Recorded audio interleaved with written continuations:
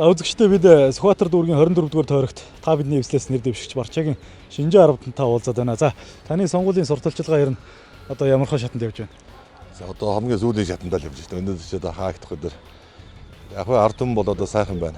Маш олон улсаас ирсэн байна, мэдэрсэн байна. Одоо 30 жил хангалттай гэдгийг ойлгосон байна. Та бидний эвслийг бол одоо ер нь уулзсан улсуудын барыг 99% дэмжиж байна. Урдны сонгуулиуд бол шал өөр байна. Ихийг ойлгосон юм байна. Одоо шинэ нэрийн хүсээд байгаа мэн улсууд одоо 30 жил явсан замаараа явахгүй гэдгийг одоо хүн болгон ярьж байна.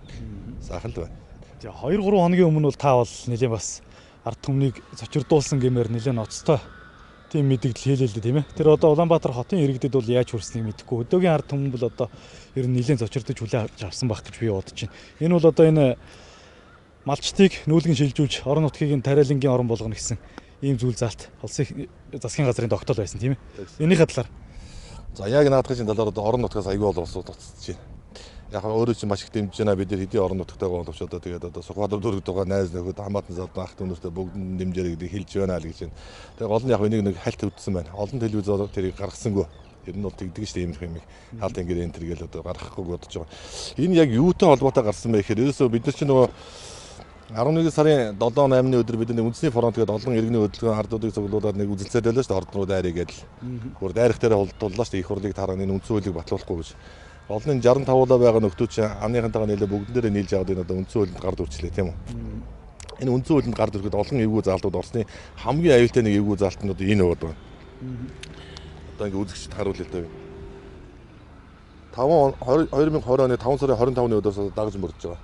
11 сарын 14-ний өдөр батлагдсан тийм үү. Тохоо үед яг бидний нэг тагнуулын ерхий газрын доод подвол баахан байцаалт наанасаа нэг болгож хорж жагаад тэр хооронд яг тэр өдөр батлаад авсан нэг. Тэгээд энэ дээр юу батлагдсан гэхээр яг энэ нэг үндсэн хуулийн нэг өөрчлөлт орлоо тэрний цаад утга нийтийн өмч гэхэд одоо хүн болго эзэмших юм байна гэдэг манай ард түмнийг тохоо үед анзаараагүй нэг. Нийтийн гэдэг заалт өөрөө маш аюултай. Ягаад ард түмний мэдл төрийн хамгаалтанд байсан зүйл тийм үү. Тэгээд төрийн ганц мэдл байсан нийтийн гэдэг нэг оруулчваа гэдэг юм. Тэгэхээр нийтийн эзэмшилт нь одоо юу ордон мэдэлт нь юу ордон гэхээр энэ Монгол улсын иргэн дөмжлөөс бусад газар. За бидэнд олгогдсон одоо 0.7 газар тийм ээ. Түүнчлэн газрын хэвлэл түүний баялаг улсны нөөц ан амьтанд төрийн нийтийн өмч мөн гэж байгаа байхгүй. Төрийн нийтийн өмч мөн гэлжгээрээ нөгөө ямар улсууд энийг одоо эзэмшдэг ашигладаг болд юм бэ гэхээр ийм байна. Монгол улсын иргэн гадаадын иргэн хариалгүй хүн гэж юм бэ тийм ээ. Цагаач иргэд манай Монголд асар их байна шүү дээ. Одоо Монгол авгаа хөвд авсан нөхдөчлөө байж тийм ээ. Бусад өмчийн хуулийн этгээд эзэмшүүлж ашиглуулж байна. Хуулийн этгээдүүд гэхээр гадаад дотоодын бүх компаниуд тийм үү. Эзэмших ашиглах эрхтэй болчихж байгаа.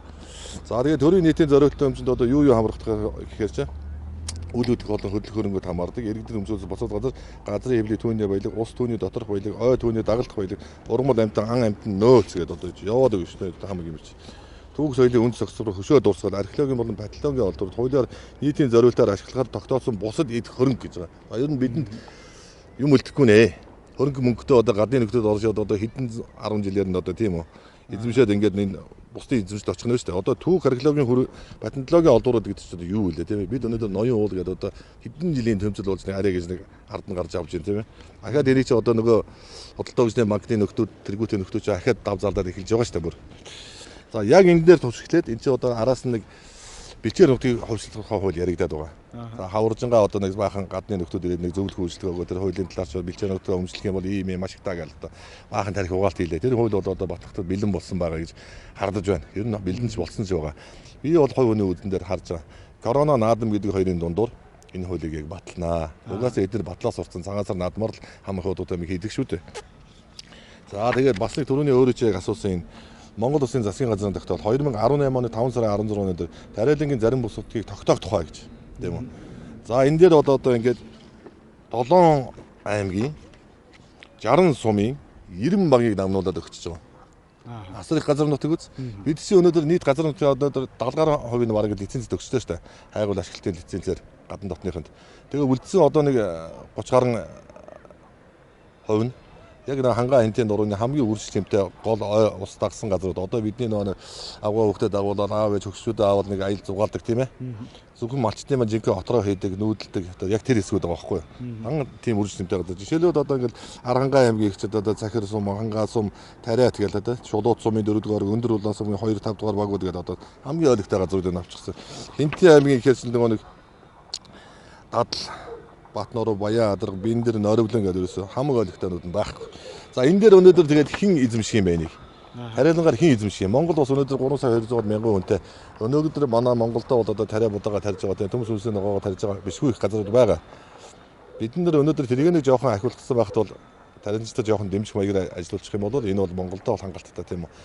Гисэн хэдий боловч энэ малчтыг өнөөдөр энэ сайхан бэлчээр устаа газраас нь нүүлгээд ахаад өөр газар руу одоо нүүлэнгүүтээ эрчимцэн мал аж ахуй чиглэлээр ажиллуулна гэж байгаа. За яг өөр Монгол руу авчлаа шүү дээ тийм үү.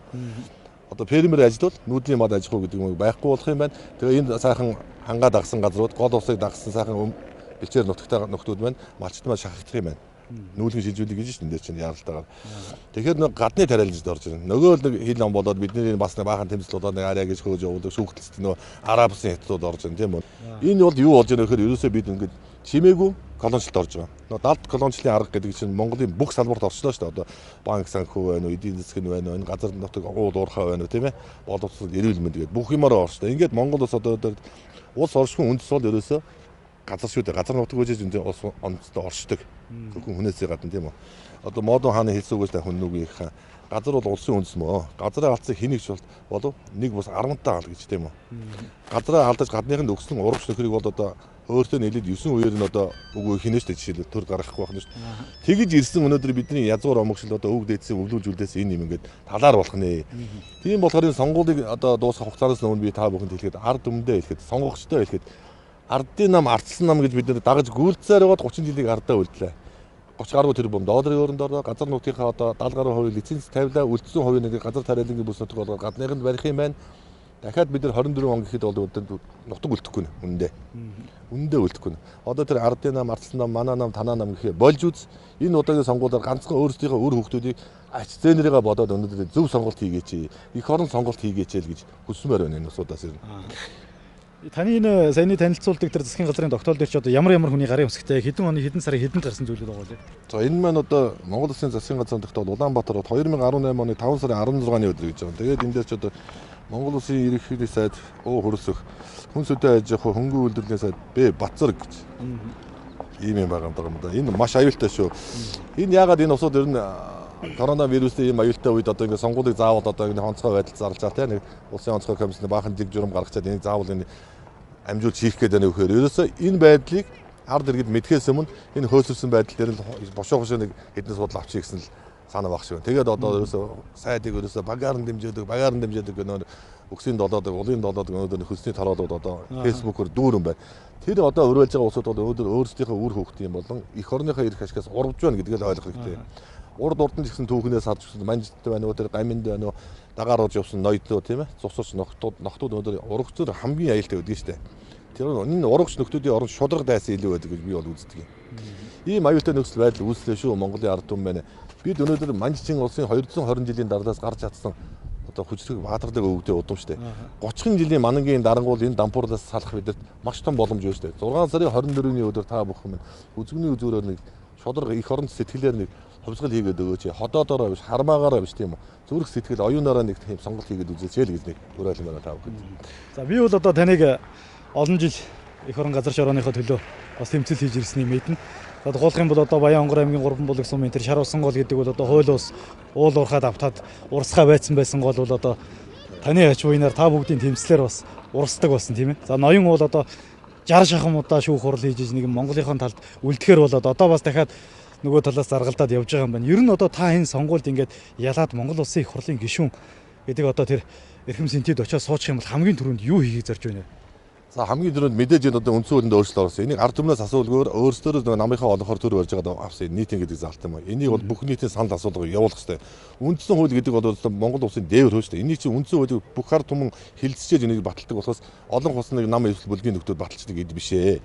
Зүгээр энэ нэг эрүүгийн хууль ч юм уу нэг тийм зөрчлийн хууль шиг асуудал биш юм аа. Энийг мэдээж нэг доорт оруулах хэрэгтэй. Энийг оруулахаас өмнө бид нар эхлээд миний нэг эх ордын гишүүн гэдэг хүний нэг 3 ямиг би нэг байхгүй болго гэж бодоод олон жил бодож яваа юм тэрийг бол нэгдүгээрт нь одоо эх орд ороод бол тэр усууд чинь тэгэл нэг дархан цаастай амтан болж штэ тийм бүрэн эрэхтэй болоод бүр хэлсэн үгэндээс үсэл хариуцлага хүлээхгүй ч гэх юм уу. Тэгээд одоо тэр гар утас хамаг юм одоо төлөөж яадаг. Жишээ нь мөн ядарсан оюутан хүртэл нэг жаа хийж байгаа. Арай дэнцсэн юм их байгаа байхгүй. Тэр бүрэн эрхийг байхгүй болгох хэрэгтэй. Дарахын халдшгүй дарах эрхийг. Хоёрт нь өнөөдөр сонгосон нөхдүүд нь ялангуяа Сүхбаатар дүүргийн 24 дугаар тарихс өнөөдөр ам өсгсөр гараад ирсэн нөхөр ард түмнийхээ эсрэг конов дараад эхлэх юм бол тэрийг ёс зүйн алдаа гаргадığım болоос тийм ээ тэрийг шууд эргүүлэн татдаг. Сонгож болсон юм чи ард түмэн эргүүлэн татах юм байх ёстойгүй сонгогчдын өнөөдөр ирэх шүү дээ тийм. Эргүүлэн татдаг тэр хууль зүйн орчныг субъектив бий болох ёстой. Гуравдугаарт нөгөө нэг гişүүд чи одоо нэг замчин болоод барилгачин болоод солиорж алдагч бүтээн байгуулагч болоод энэ дэндгөө нэг кас өмсгөөл туу цаашлаа солиордог шүү. Тэрийг байхгүй болгоно. Тэр чинь асар их мөнгө болт юм. Тойрог дээр мөнгө хийдэг тийм үү. Одоо нэг 1 тэрбум байсаа одоо 5 босоо одоо хэдж болж идэр чинь. Энэний чинь хадталт нь маш их мөнгө угаалт яваад байгаа тийм үү. Одоо бидний ард түмний мөнгө шүү дээ чинь.